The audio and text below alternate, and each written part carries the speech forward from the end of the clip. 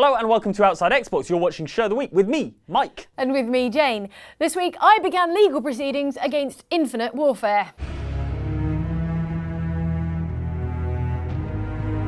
A 7-hour campaign is not Infinite Activision. Come on, that's finite warfare. This is the most blatant case of fraudulent advertising since Tom Clancy's End War failed to end all wars. And don't even get me started on Final Fantasy.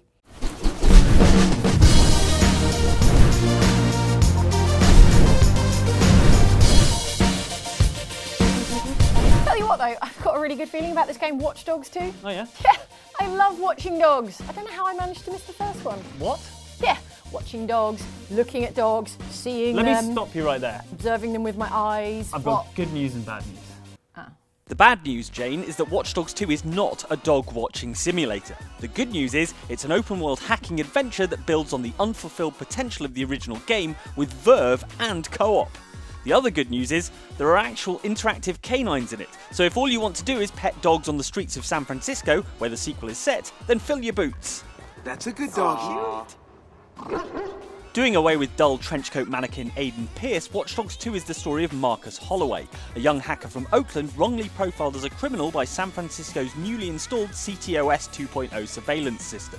Understandably miffed, Marcus joins up with DeadSec, a hacking group who are into sleeveless jackets, memes, and bringing down CTOS for good. I say together, we tear down the wall. We undeniable. That's achieved by gaining followers. The more followers DeadSec has, the more people will download their app to their phones. More phones means more processing power and data ports that DeadSec can use to launch a massive DDoS attack against CTOS. I know, it's an acronym-heavy game. So off you go to gain followers from high-profile hacktivism, such as hacking surveillance companies, breaking into software companies, and stealing a Knight Rider-esque car from a movie studio. Powering up. System check. Sweet. Let's roll. All units, we're in pursuit of a stolen vehicle from the movie studio. Though the game does give you plenty of lethal options for getting the job done, courtesy of 3D printed guns over at DeadSec HQ, your range of non-lethal gear is so extensive that you should never need to turn this into a third-person shooter. For a start, Marcus is much more agile than Aiden and can sprint, jump and parkour with the best of them. He's also got access to his own non-lethal weapons, a stun gun and the formidably named Thunderball, which is essentially a pool ball on a bungee cord. Non-lethal, sure. But your main strength is your hacking ability. There'll be times when you don't even enter the building you're taking over. Instead, you'll be sitting in a bush nearby while your RC car or drone infiltrates the building for you, unlocking doors and stealing files or knocking out guards with well-timed fuse box explosions. I can hack anyone. You can also hack cars and remotely drive them around, nick money out of people's bank accounts to buy some hideous lime green Crocs, or put out a police APB on someone you want out of the way. The game's progression tree also lets you level up these skills, so Marcus can, for example, highlight wealthy people in the environment to discover who's worth stealing from, or take control of a bunch of nearby cars at once to create some conveniently distracting total chaos. I can hack anything. Those disappointed by the original Watch Dogs 2 does plenty to remedy the weaknesses of the first game, creating an expansive, irreverent open world with plenty to do, and a new cast of characters who are interesting and fun compared to the unbearable crew of Watch Dogs 1. Nice hat. Nice mask. Okay, maybe they're a little unbearable. But there are dogs. Did I mention the dogs? Aren't you friendly? Although it actually turns out there are actual dogs in it, so it all worked out in the end. Oh good. How's Mike getting on? Yeah, good, although since he's played Watch Dogs 2, he thinks he knows all about security and hacking and whatnot. Is that why he wrapped my phone in tinfoil? He said it was a security countermeasure? What? That is never going to work, Mike, because if Watch Dogs 2 and other hacking sims have taught us anything about hacking, and they have, it's that to do any real hacking, you're going to need a hacking knife, a teleportation beacon, and a frog tongue at a minimum. So buckle up, Mr. Robot wannabes, for these pro tips from some of our favourite games, and you'll be hacking the Gibson in less time than it takes to guess Mike's Wi-Fi password. It's I love cars, but the I is a 1. Oh, and beware spoilers for Assassin's Creed 4 Black Flag.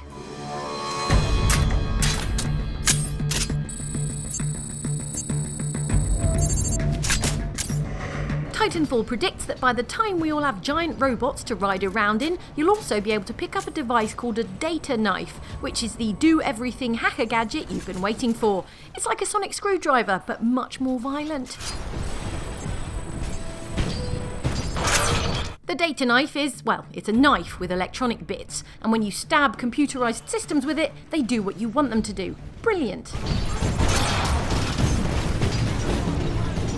There'll be none of this faffing around with machine code and command prompts, not when you can convince a robot to do your bidding by persuasively stabbing it in the head. What I'm saying is, practice your stabbing action now, and you'll have a robot army on your side in any future cataclysmic robot wars. Maybe practice on your Roomba, that thing's got it coming.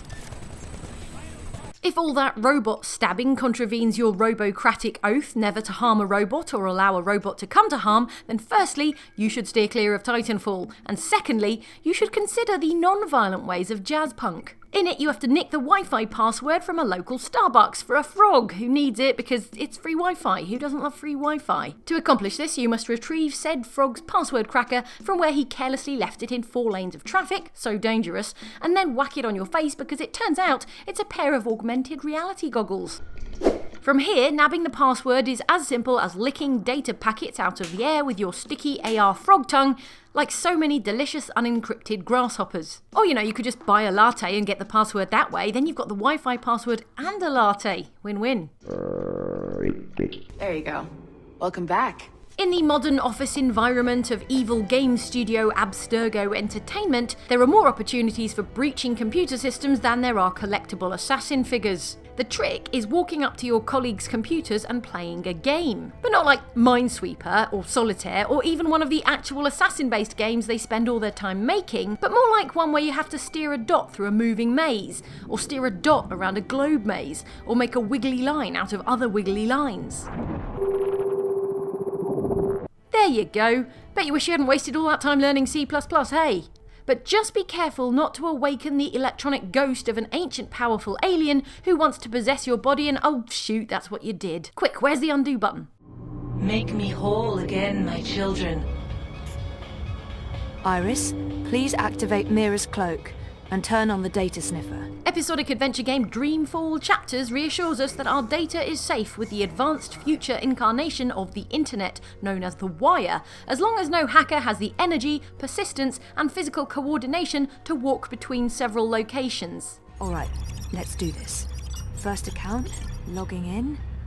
Success. I guess the architects of The Wire hadn't reckoned with tenacious walker Zoe Castillo here and her data sniffer, a tracker device that leads her right to access points where she can capture all the data she needs for her sneaky hacker purposes. It's like playing Pokemon Go, but with encrypted number strings instead of adorable EVs. This makes the future internet marginally less secure than the future sewer network, which at least protects its sewer grates with a system of arcane-looking techno symbols. It fits into the lock, but I can't pull it open without some sort of handle.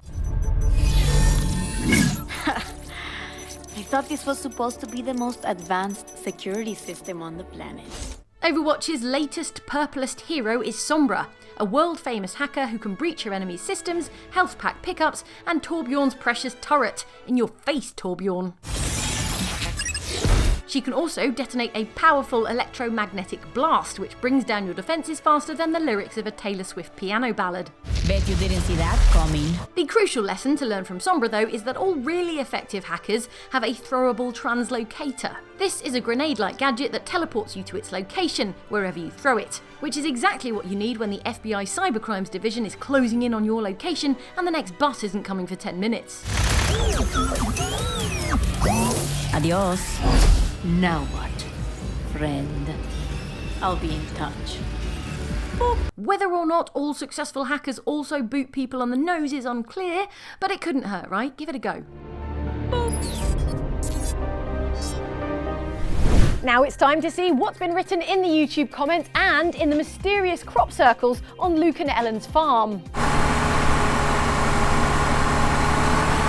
What could it mean? Spooky. Firstly, let's see what's in the comments for this video about the gimmicky peripherals that were accidents just waiting to happen. That's until you add a spicy dash of risk to your chosen hobby with one of these exciting peripherals and gamble on your natural sense of balance, coordination and self-preservation to keep you safe. Yeah, good luck with that. On the subject of risky game add-ons, commenter Memorandum thinks we should count ourselves lucky. Well, at least Hangman never had any peripherals, eh? Yeah, you're telling me. Have you ever tried to assemble your own gallows at home? No.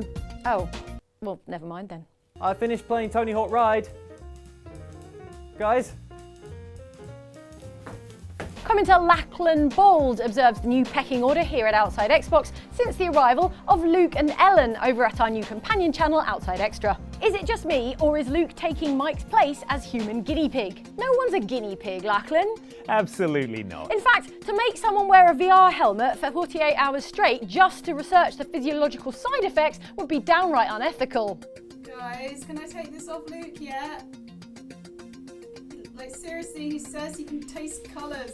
Now for your comments on this video in which Mike played the open world downhill snow sports of Steep with Luke and Ellen of Outside Extra. Right. See you later, suckers. Oh. Ow.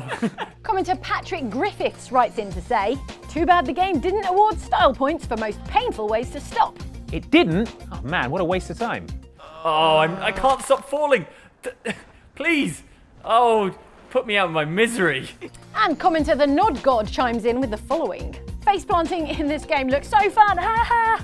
It's 100% as fun as in real life, only without the nose frostbite. Everything's gone black and white for me, I'm not sure why. I think it's because I'm close to death. Have you snowboarded back in time? Is that what's happened? My bones. Pun points to commenter WhammyTime91 for the following atrocity. You know, Luke, you started off well, but it was all downhill from there. And a further 20 points to commenter Cormensch for the following puntastrophe. I can see a steep decline in Luke's performance. Save up your pun points and you can trade them in for a fabulous prize at the pun booth. Ooh, what have we got? I don't know, it's like 3,000 points for a comb or something. One day. And lastly, here are the comments on last Friday's show of the week about Dishonored 2, featuring the other deadliest father-daughter teams besides Emily Coldwin and her supernaturally stealthy dad Corvo. Corvo Otano and Emily Coldwin are far from the only murderous daddy-daughter tag team on the block, and any of the following duos would give them a run for their money, until Emily morphs into a smoke monster and pulls their arms off. There were many excellent further suggestions for world's most deadly father-daughter duo, such as this from commenter Riley Oldsmith, who says, guaranteed to see a Big Daddy Little Sister appearance on this list. Sorry to disappoint you, Riley, though that is a great suggestion. In terms of surrogate father figures that will put a giant power drill through people who are mean to you, Big Daddy is tops. And then you can harvest their stem cells. What a team. Look, Mr. Bubbles, Adam! On the other hand, commenter Panos Limperidis wants to know, so Geralt and Ciri don't count as father and daughter? Adopted kids don't count as actual kids? Of course they do, and yes, that is another contender for most badass at the Dad-Daughter Awards. I think you mean most adorable.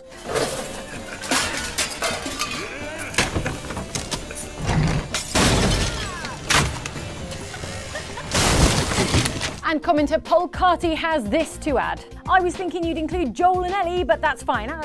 Whoa, who knew there were so many aspirational father-daughter-like relationships in video games? Man, I should call my dad more often. So where are your parents? You've been gone a long time. No, Dad, there's not actually a zombie apocalypse. I just wanted to know if there was a zombie apocalypse, do you want to team up? No, there's no zombies. No, don't put Mum on. Oh. Hi, Mum.